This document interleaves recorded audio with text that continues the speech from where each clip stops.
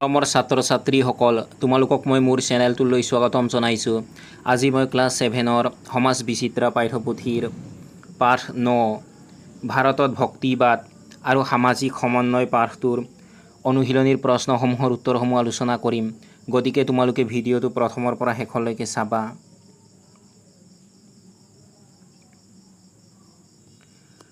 অনুশীলনী 1ৰ 1 নম্বৰত দিয়া আছে তলৰ প্ৰশ্নবোৰৰ উত্তৰ দিয়া। ক নম্বৰ প্ৰশ্নটো হৈছে ভাৰতত নতুন ধৰ্মীয় চিন্তাধাৰাৰ বাহক কোন আছিল?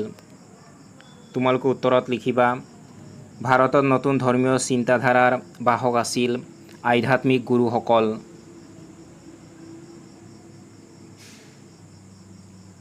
খ নম্বৰ প্ৰশ্নটো হৈছে সমন্বয়বাদ মানে কি?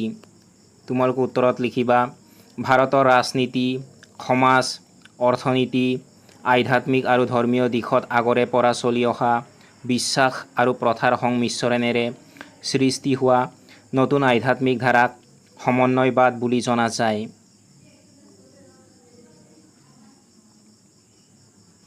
গ নম্বৰ প্ৰশ্নটো হৈছে ভক্তি শব্দৰ প্ৰথম উল্লেখ ক'ত পোৱা যায়? তোমালোকে উত্তৰত লিখিবা ভক্তি শব্দৰ প্ৰথম উল্লেখ উপনিষদত পোৱা যায়। ঘ নম্বৰ প্ৰশ্নটো হৈছে ভক্তিবাদৰ উত্থান প্ৰথমে ক'ত ঘটিছিল? তোমালোকে উত্তৰত লিখিবা ভক্তিবাদৰ উত্থান প্ৰথমে বৰ্তমানৰ তামিলনাডু ৰাজ্যত ঘটিছিল।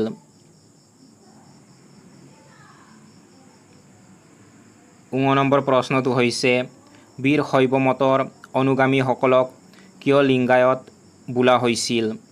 তোমালোকে উত্তৰত লিখিবা বীৰ শৈৱসকল শিৱৰ উপাসক আছিল আৰু তেওঁলোকে শিৱক এক ইষ্টলিংগ ৰূপত উপাসনা কৰিছিল, সেইবাবে তেওঁলোকক লিংগায়ত বোলা হৈছিল।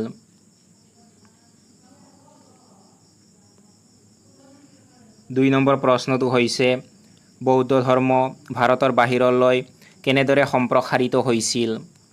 তোমালোকে উত্তৰত লিখিবা ৰাজনৈতিক পৃষ্ঠপোষকতা আৰু ধৰ্ম প্ৰচাৰকসকলৰ প্ৰচেষ্টাত বৌদ্ধ ধৰ্ম চীন, জাপান আৰু শ্ৰীলংকাৰ দৰে দেশলৈ সম্প্ৰসাৰিত হৈছিল।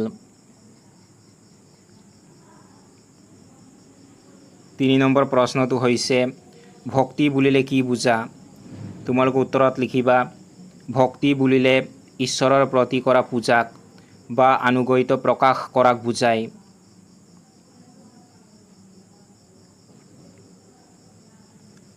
4 নম্বৰ প্ৰশ্নটো হৈছে উপনিষদত কি ধাৰণাক অদ্বৈতবাদ বুলি অভিহিত কৰা হয়? তোমালোকে উত্তৰত লিখিবা উপনিষদত মানুহ আৰু পৰমাত্মাৰ মাজত কোনো পাৰ্থক্য নাই, এই ধাৰণাক অদ্বৈতবাদ বুলি অভিহিত কৰা হয়।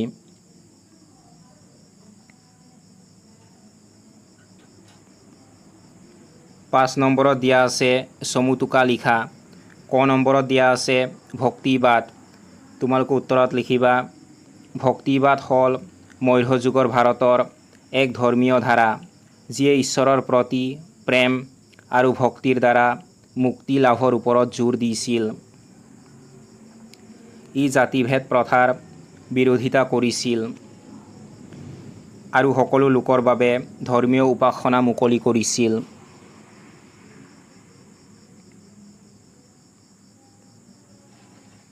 খ নম্বৰত দিয়া আছে শংকৰাচাৰ্য। তোমালোকে উত্তৰত লিখিবা তেওঁৰ নেতৃত্বত ভক্তিবাদৰ এক নতুন ধাৰাৰ আৰম্ভণি হৈছিল যিয়ে অদ্বৈতবাদৰ প্ৰচাৰ কৰিছিল আৰু বিশ্বাস কৰিছিল যে সৎ জ্ঞান আৰু সৎ কৰ্মৰ যোগেদি মানুহে মুক্তি লাভ কৰিব পাৰে।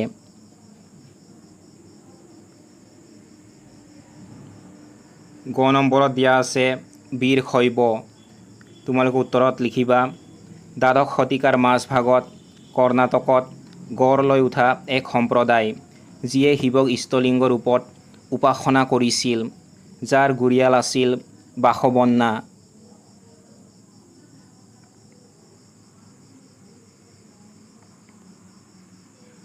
অনুশীলনী 2ৰ 1 নম্বৰত দিয়া আছে তলৰ প্ৰশ্নবোৰৰ উত্তৰ দিয়া। ক নম্বৰ প্ৰশ্নটো হৈছে কাৰ নেতৃত্বত খ্ৰীষ্টীয় 13 শতিকাত নৈৱ ভক্তিবাদৰ ধাৰা আৰম্ভ হৈছিল?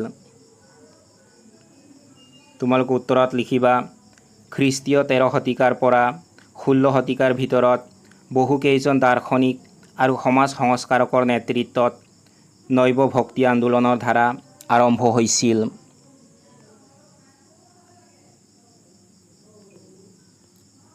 খ নম্বৰত দিয়া আছে মীৰাবাই কোন আছিল?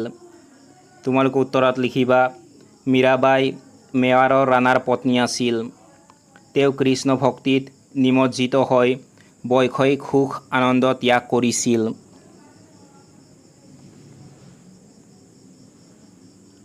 গ নম্বৰ প্ৰশ্নটো হৈছে উত্তৰ ভাৰতৰ নৈব ভক্তিবাদৰ গুৰিয়াল কোন আছিল? তোমালোকে উত্তৰত লিখিবা উত্তৰ ভাৰতত নৈব ভক্তিবাদৰ গুৰিয়াল আছিল ৰামানন্দ। ঘ নম্বৰ প্ৰশ্নটো হৈছে দোহা কি? তোমালোকে উত্তৰত লিখিবা কবিৰে ৰচনা কৰা ভক্তি মাৰ্গৰ কবিতাবোৰক দোহা বুলি কোৱা হয়। ঙ নম্বৰ প্ৰশ্নটো হৈছে গীত গোবিন্দ কোনে ৰচনা কৰিছিল? তোমালোকে উত্তৰত লিখিবা গীত গোবিন্দ মহাকাব্য জয়দেৱে ৰচনা কৰিছিল।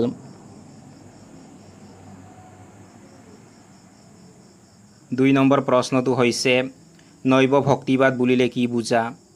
তোমালোকে উত্তৰত লিখিবা খ্ৰীষ্টীয় 13 শতিকাৰ পৰা 16 শতিকাৰ ভিতৰত ভাৰতত জাতিভেদ কুসংস্কাৰ আৰু কঠোৰ ধৰ্মীয় নীতি নিয়মৰ বিৰুদ্ধে বহুকেইজন দাৰ্শনিক আৰু সমাজ সংস্কাৰকৰ নেতৃত্বত যি নতুন ধৰ্মীয় আৰু সামাজিক আন্দোলন গঢ়ি উঠিছিল তাকে নৈব ভক্তিবাদ বোলা হয়।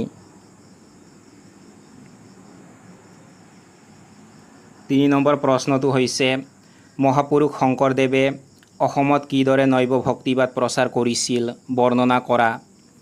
তোমালোকে উত্তৰত লিখিবা মহাপুৰুষ শ্ৰীমন্ত শংকৰদেৱে অসমত নৈব ভক্তি প্ৰচাৰৰ বাবে তলৰ পদক্ষেপসমূহ গ্ৰহণ কৰিছিল। তেওঁ ভাগৱত পুৰাণৰ আধাৰত একশৰণ নাম ধৰ্ম প্ৰচাৰ কৰিছিল।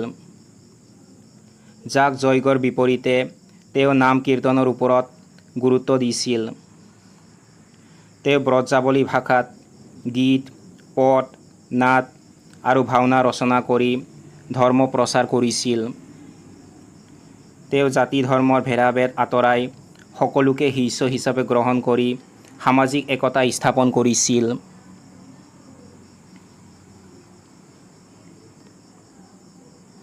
4 নম্বৰ প্ৰশ্নটো হৈছে ভক্তি আন্দোলনে ভাৰতৰ সামাজিক জীৱনত কিদৰে প্ৰভাৱ পেলাইছিল। তোমালোকে উত্তৰত লিখিবা ভক্তি আন্দোলনে ভাৰতীয় সমাজত গভীৰ প্ৰভাৱ পেলাইছিল। জাতিভেদ উচ্চ নিজ ভাৱ আৰু আচাৰ অনুষ্ঠানৰ বাহুল্য হ্ৰাস কৰি মানৱীয় দৃষ্টিভংগীৰ বিকাশ ঘটাইছিল। নাৰীসকলেও পুৰুষৰ সমানেই ধৰ্ম চৰ্চা আৰু প্ৰচাৰৰ সুবিধা লাভ কৰিছিল। স্থানীয় ভাষাত ধৰ্ম প্ৰচাৰ কৰাৰ ফলত অসমীয়া হিন্দী বাংলা আদি ভাষা চহকী হৈছিল।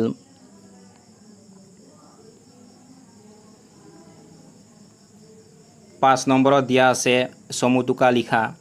ক নম্বৰত দিয়া আছে কবিৰ।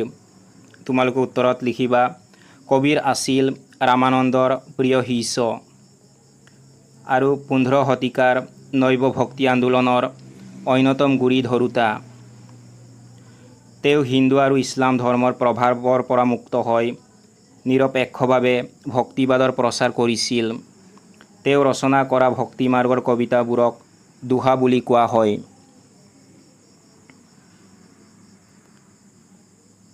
খ নম্বৰত দিয়া আছে গুৰু নানক। তোমালোকে উত্তৰত লিখিবা তেওঁ শিখ ধৰ্মৰ প্ৰৱৰ্তক আছিল। তেওঁ মূৰ্তি পূজা আৰু জাতিভেদ প্ৰথাৰ বিৰোধিতা কৰিছিল আৰু এজন নিৰাকাৰ ঈশ্বৰৰ উপাসনা কৰিছিল। তেওঁৰ ধৰ্মীয় বাণীসমূহ গুৰু গ্ৰন্থ চাহিবত সংগ্ৰহ কৰা হৈছে।